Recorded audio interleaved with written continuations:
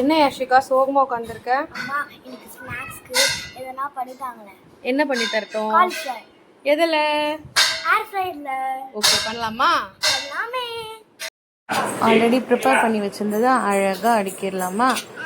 அடுக்கிட்டு அழகா க்ளோஸ் பண்ணலாம். நான் வெயிட் பண்றேன்.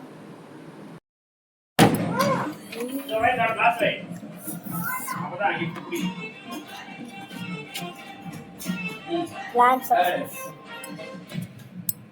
கிறிஸ்பியான காலிஃப்ளவர். சூப்பரா இருக்கு. Experiment success.